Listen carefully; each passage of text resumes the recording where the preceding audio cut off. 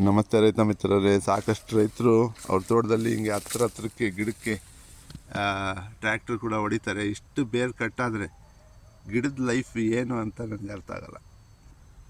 ಬೇಕಾಗಿರೋದು ಸಾವಯವ ಇಂಗಾಲ, ಅದು ಇಲ್ದಾಗ ಉಂಡೆದಂಗೆ ಆಗುತ್ತೆ ಭೂಮಿ. ಇಷ್ಟು ಹತ್ರ ಹೊಡೆದ್ರೆ ಇದು ಮಾನೋಕಾಟಿಲಿಡನ್ ಆಗಿದೆ. ಈ ಟೈಪಲ್ಲಿ ನಾವು ಹೊಲ ಹೊಡೆದ್ರೆ ಹೇಗೆ ನಮ್ಮ ರೂಟ್ ಸ್ಟ್ರಕ್ಚರ್ ಏನಿರಬೇಕು, ಡೆವಲಪ್ಮೆಂಟ್ ಹೆಂಗೆ ಬರಬೇಕು, ಮತ್ತು ಅತಿ ಹೆಚ್ಚು ಇಳುವರಿ ತಗೊಳ್ಳೋ ಸಾಧ್ಯತೆ ಇದೆಯಾ, ಆಹಾರ ತಗೊಳ್ಳೋಂಥ ಪೋಷಕಾಂಶ ತಗೊಳ್ಳೋಂಥ ಬೇರೆ ಕಟ್ ಮಾಡಿ ನಾವು ಬೆಳೆ ಮಾಡ್ತೀವಿ ಅಂತಂದರೆ. ನಾವು ತೋಟ ವಿಸಿಟ್ ಆದಾಗ ಸಾಕಷ್ಟು ಕಡೆ ನೋಡಿದಾಗ ತುಂಬ ಬೇಜಾರಾಗುತ್ತೆ.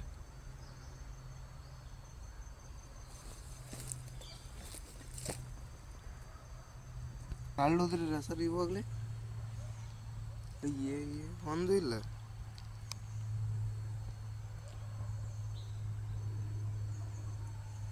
ಇಷ್ಟು ಹತ್ರ ಹೊಡಿಬಾರ್ದು. ಮಿನಿಮಮ್ ಆಗಿ ಒಂದು 2 ಅಡಿ ದೂರದಲ್ಲಾದರೂ ಹೊಡಿಬೇಕು. ರೂಟ್ ಝೋನ್ ಕಂಪ್ಲೀಟ್ ಆದಮೇಲಾದರೂ ಹೊಡಿಬೇಕು. ಜಸ್ಟ್ ಹುಲ್ ಕಳಿಯೋ ಅಂಥ ಒಂದು ಪ್ರಕ್ರಿಯೆ ಇರ್ತದೆ, ಅದಕ್ಕೆ ಬೇರೆ ವ್ಯವಸ್ಥೆ ಮಾಡ್ಕೋಬೇಕು. ಈ ಟೈಪ್ ಹತ್ರ ಗಿಡಕ್ಕೆ ನಾವು ಬಡ್ಡೆ ಸುತ್ತ ಹೊಡೆದಾಗ ನಮ್ಮ ಗಿಡದ ಆರೋಗ್ಯ ಏನಾಗಬೇಕು, ಲೈಫೇ ಒಂಥರ ಡೇಂಜರಲ್ಲಿ ಇರ್ತದೆ.